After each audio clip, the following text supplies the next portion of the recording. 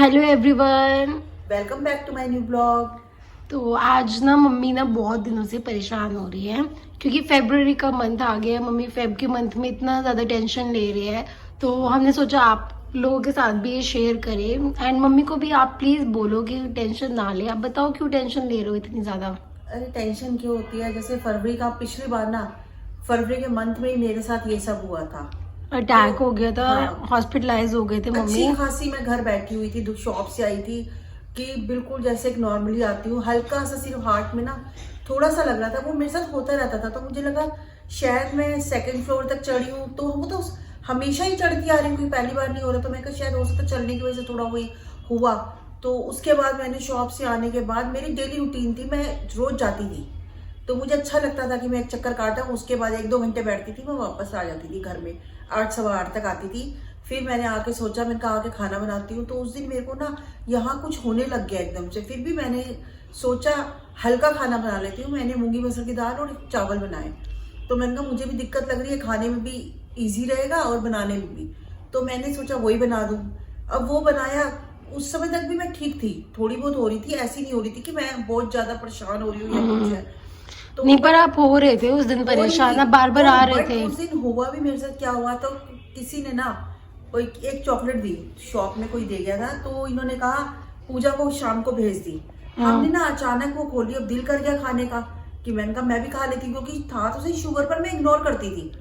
मेरा पहले भी इलाज चल रहा था, मैं बीच में इग्नोर करने लग गई थी। मैंने भी खा ली। उस दिन पूजा ने कहा मम्मी गुड़ लेते आना, सर्दी के दिन थे फैब में, कह रही गुड़ खत्म हो गया। मैं कहा चल गुड़ भी ले आती हूँ। तो मैंने ना, हम दोनों ने आके आधा घंटा मैं बैठी खाना बनाने के बाद, हमने वो चॉकलेट और मैंने वो गुड़ खा लिया। तो मुझे नहीं पता था कि आधे घंटे बाद, आधा पौना घंटा बीता, मेरे को लगा, मैं कहा मेरे को रोटी नहीं खाई जा रही, बिल्कुल भी दिल नहीं कर रहा, मैं चावल आज स्किप कर देती हूँ, ओनली दाल खा लेती हूँ, भारीपन लग रहा है। तो फिर भी मेरे साथ ना थोड़ी देर में ना जैसे ऐसे ऊपर कुछ होने लग गया। तो मुझे लगा स्टीम लूँ। मैंने पूजा को कहा, मैंने कहा स्टीमर निकाल बेड से कि स्टीम ले लेती हूँ। पूजा ने कहा मम्मी मैं निकालती हूँ, रुको। और इतने में ना मेरा वहाँ और ज़्यादा होने लग गया मेरे साथ। वो इतना ज़्यादा होने लग गया कि यहाँ तक आ गया पूरे। मैंने कहा पता नहीं क्या हो गया, यानी कि सांस लेने में दिक्कत है, ऐसा कुछ अजीब सा होने लग गया कि जैसे मुझे लग गया कि बहुत बड़ी मेरे साथ एक प्रॉब्लम आने वाली है।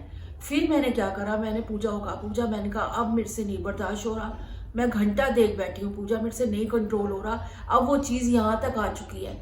तो जैसे एक ब्लॉकेज हो रही थी, मुझे तो ये बाद में पता चला कि ये ब्लॉकेज हो रही थी, मुझे भी नहीं पता था कि वो चीज़ यहाँ तक कैसे आ गया। ऐसे लग रहा मेरी जान निकल जाएगी पूरी।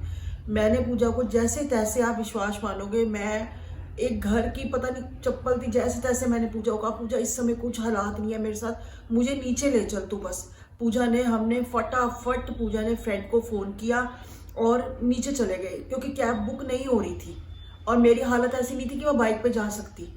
तो हमने फटाफट कैब बुक करी और नहीं, पूजा ने फ्रेंड को फ़ोन किया। कुदरती पूजा का फ्रेंड पीछे ही था, तो फटाफट पूजा ने, हम दोनों, पूजा, काकू, मैं, इसके पापा बाद में आए, इन्होंने फिर फटाफट ले गए। और हमारे घर के पास चंदन देवी सबसे जल्दी पड़ता है, तो गवर्नमेंट हॉस्पिटल सोच ही नहीं सकते थे क्योंकि कंडीशन ऐसी थी।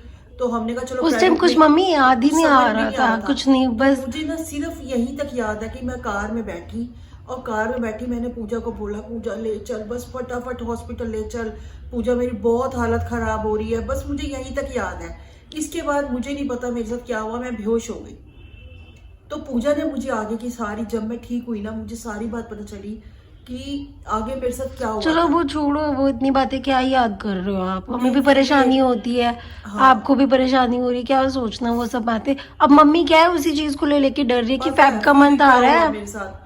और मेरे को जब वो चीज सोचती हूँ ना, मेरे अंदर तक कुछ होने लग जाता है कि जो मैंने उस कंडीशन पे अपने आप को देखा कि मैं बेहोश पड़ी थी, और सिर्फ मुझे इतना याद था कि वो लोग मुझे कुछ पूछ रहे हैं मेरे से, जब मैं एडमिट हो चुकी थी। तो मैंने उनको बोला मुझे बेहोश कर दो, तो उन्होंने उसी समय मेरे को उसके बाद का कुछ नहीं पता मुझे कि मेरे साथ क्या हुआ। मुझे अगले दिन होश आया सुबह। तो इनको भी नहीं पता था, ये लोग बेचारे बाहर, सारे पूरी फैमिली, मेरी सारी बहनें सब बाहर खड़े हुए थे। इनको बाकी तो पूजा को वो चीज़ें, कंडीशंस पता है कि इनके अंदर क्या, डॉक्टर ने जवाब दे दिया बिल्कुल कि आप तो 2 मिनट से बचे हो, 2 बोल दिया था, 2 मिनट अगर लेट होते तो फिर कुछ नहीं होता, 2 मिनट से बचे हो बस। हाँ, इनको और पूरी रात में एडमिट, डॉक्टर बता नहीं रहे सुबह मेरे साथ क्या हुआ है, मैं ठीक भी हूँ नहीं हूँ, कुछ नहीं पता उस चीज में। मुझे तो होश नहीं था बिल्कुल भी अंदर, मुझे पता था एडमिट हो गई हूँ मैं। तो उसके बाद इनके साथ जो प्रॉब्लम आई, क्योंकि हमारे पास मेडिकल नहीं था, और जैसे ही आईसीयू में उन्होंने करा, वेंटिलेटर पे सीधा डाल दिया।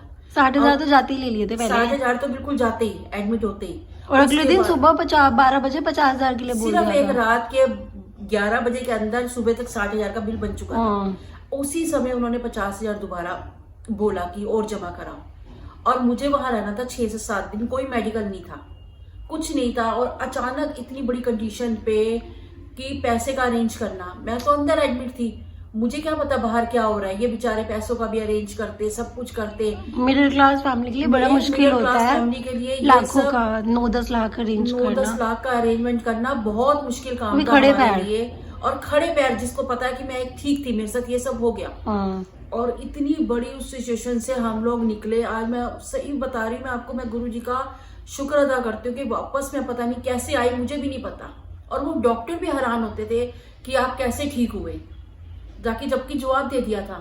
तो अब मैं पूजा को यही कह रही, मैंने कहा अब हमारे साथ काफी टाइम हमें ऐसे ही लग गया, इतना टाइम कि इस कंडीशन से बाहर निकलते, क्योंकि देखो पैसे भी बहुत लग चुके थे, पैसे भी बहुत लग चुके थे, और कंट्रोल लोन में वहां से लोन भी लिया था, फिर कुछ लोन तो भी लिया, सब हॉस्पिटल से ही लोन लिया था। यूनो था, उन्होंने लोन दिया था। यूनो हाँ, हॉस्पिटल से लोन हुआ। देखो आखिर 2-3 लाख की बात नहीं थी, बात आ गई 10 लाख के ऊपर। अगर 2-3 होता ना कोई दिक्कत नहीं थी, कुछ हमारे पास था, कुछ फैमिली होती है, सब मिलजुल के 2-3-4 लाख अरेंजमेंट हो जाता है। जब 10-10 के पार हो जाए तो इतना हैंड पे तो किसी के भी नहीं होता ना कि। और ये अच्छा है कि हमें यूट्यूब के थ्रू अभी बताओ ना, EMI का भी अभी चल रही है हम लोगों की, अभी नेक्स्ट मंथ खत्म होगी अभी हमारी। हमने कभी शेयर नहीं करी है सब मैंने बातें। कभी भी आप लोगों को ये सब कई बताते हैं, तो मैंने कभी शेयर नहीं करी इस चीज का कि ये सब कंडीशन भी हमारे साथ हुई थी, कि पैसा कम होने की वजह से, कि मेडिकल नहीं, ऊपर से पैसे की तंगी, एकदम से खड़े पैर इतना पैसे का अरेंज करना, हमारे साथ जो कंडीशन हुई है ना, मैं सही कह रही हूँ। सबसे पहले मैं ये लास्ट EMI खत्म हो जाएगी ना, फिर मेडिकल करवाते और हैं। मैंने पूजा को मैंने कहा जैसे ही खत्म हो ये वाली, उसके बाद सीधा मार्च में खत्म हो जाएगी। मार्च में हमारी खत्म है लास्ट। और ये अच्छा, भगवान का शुक्र करते हैं कि सब ठीक नहीं, भगवान ने ठीक भी करा आपको, उस टाइम पैसे का अरेंजमेंट हुआ, और ऊपर से अगर लोन की बारी आई तो लोन का भी हमें चुकाने का जरिया दिया यूट्यूब फैमिली के थ्रू। यूट्यूब फैमिली के थ्रू, आप लोगों के थ्रू उतारने का जरिया भी हुआ। कुछ पूजा के पापा ने करा, कुछ हमने करा, वो जैसे जैसे टाइम निकला, जैसे तैसे। बस मैं आज बोलती हूँ कि गुरुजी ने वो टाइम निकाला हमारा, कि हम अच्छे से निकल गए उस कंडीशन से। तो मुझे आज भी, आप मानोगे, वो चीज सोचती हूँ ना, मुझे बहुत प्रॉब्लम आती है। मैं पूजा को वही कहती हूँ, मैं कहा मेरे पे कितना पैसा, एक नजायज भी। पूजा कहती है मम्मी आप ठीक हो तो चलो सब सही है। अब मामा के साथ नहीं हो गया कितना ज्यादा, मामा पे तो पौने 2 महीने का कितना हो गया था। हाँ, तो मुझे वो कंडीशन ना अपने भाई के वक्त पता चली कि वो अंदर था, हम बहनें बाहर थी, हमें पता था उस समय वो कंडीशन कैसे रो हमें बताया वो कंडीशन नहीं पूछा। बहुत रोज आप डर रही चुरा रही हो मेरे को ना, वो फरवरी आता है बस मेरे अंदर एक वो बैठ जाती है, परेशानी आ जाती है अंदर से कि पिछली फरवरी क्या था हमारे साथ। लेकिन इन सब के बीच मैं आपको कहती हूँ कि मुझे एक चीज अच्छी मिली, जो मैं आज सही बोलती हूँ कि वो चीज अच्छी मिली कि मुझे इतनी बड़ी फैमिली मिली अपने साथ, कि आप लोग इतना मुझे प्यार करते हो, इतना मुझे वो करते हो, कि आप लोगों का हमें पूरा सपोर्ट भी मिला दिल से मुझे। तो ठीक है, अभी छोटी है, कल को बड़ी भी होगी। हाँ, अभी धीरे धीरे ही बढ़ते हैं। हाँ, धीरे धीरे इंसान बढ़ता है, कहीं से शुरू होता है तो जीरो से ही होता है। देखो वो जीरो से ही आगे बढ़ता है। तो ठीक है, हमारे साथ एक अच्छा प्लस पॉइंट ये भी हुआ, मैं आपको बताऊं कि अगर एक भगवान ने एक जरिया खत्म किया तो शायद अगला सही भी हुआ, और क्या पता उससे अच्छा बहुत आगे कुछ हो जाए। तो मैं वही मैंने सोचा क्या था, देख भगवान ने क्या किया।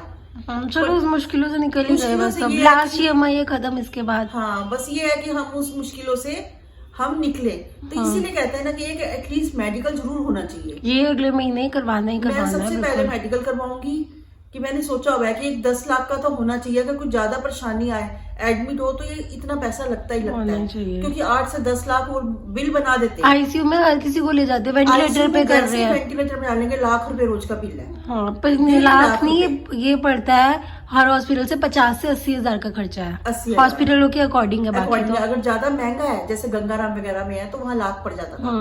गंगाराम में अगर नॉर्मल तुम चंदन देवी में जाओ, किसी दूसरे में जाओ तो वहाँ 60-70 लगता ही लगता है। तो फिर बस दवाइयाँ एक इतनी medical महंगी। मैंने ये देखा है इस चीज में, एक मेडिकल तुम्हारा सुख दुख का साथी है, वो जरूर होना चाहिए। और कई बार तो ऐसा लगता है हम 7-7 8-8 साल, दीदी है, दीदी इस मामले में दीदी ने हमेशा मेडिकल करवाया है। दीदी का अभी भी दीदी ने मेडिकल करवाया, बड़ा करवाया दीदी ने। ये डर की वजह से ही दीदी ने उसको ज्यादा बड़ा करवाया, मेरे ख्याल से 25 के करीब करवाया है, 25 के करीब दीदी ने कराया है। तो ये मेडिकल होना बहुत जरूरी है लाइफ के अंदर, अब एक आप सबक मिलता है लाइफ का। अब आप डरो मत, अपना आराम से रहो, अच्छी से खासी जिंदगी चली रही, अपना आराम से निकालो। डर डर के रहोगे और परेशान रहोगे, होता है, नॉर्मल पर रहो। फिर भी एक होती तो है ना कि एक जिंदगी कहाँ से कहाँ ले जाती है इंसान को। एक अच्छा खासा बैठे हुए थे हम पिछले साल, मैं इतनी बातें कभी भी आपके साथ शेयर नहीं करना चाहती थी, पर आज मैं बहुत उदास थी तो मैंने सोचा मैं आपके साथ सारी बात बताऊं कि ऐसे ऐसे हमारे साथ हुआ था, और कुछ आप लोगों की सपोर्ट भी मुझे मिली। और मैं ये चाहती हूँ और हमारी जो दिक्कत आई थी, इससे लोग भी सीखे, मेडिकल जरूर करवाए। यही है, जरूर करवा के रखो, क्योंकि पता नहीं चलता कब मुसीबत आ जाती है। कभी भी कह के नहीं आते, उस टाइम बहुत मुश्किल हो जाता है, पैसे का अरेंजमेंट करना बहुत मुश्किल हो जाता है। और नॉर्मल मिडिल क्लास वालों के लिए तो खास तौर पे मुश्किल देखो, है। आप जिनके पास पैसा है उनके लिए दिक्कत नहीं है, जो हाँ। बीच की मिडिल क्लास फैमिली होती है, आप खड़े पैर का लाखों रुपए 10-10 लाख नहीं हो पाता, नहीं, 1-2 लाख की अलग बात होती है। वो उसी टाइम चाहिए उसी टाइम वो एडमिट करते ही पैसा लाओ, पैसे पहले। हाँ, पहले इलाज बाद में, पहले पैसा जमा तो कराते हैं। हॉस्पिटल वो तो उनके चलते रूल हैं। है, हाँ। खैर उनके रूल है, हम वो भी नहीं कहते, उनको भी होता है कि बाद में दे ना दे। तो बाकी अब मैं ये बस आप सबके इतनी सपोर्ट मिले और आगे भी आप ऐसे ही हमारे चैनल पे अपना वो करें।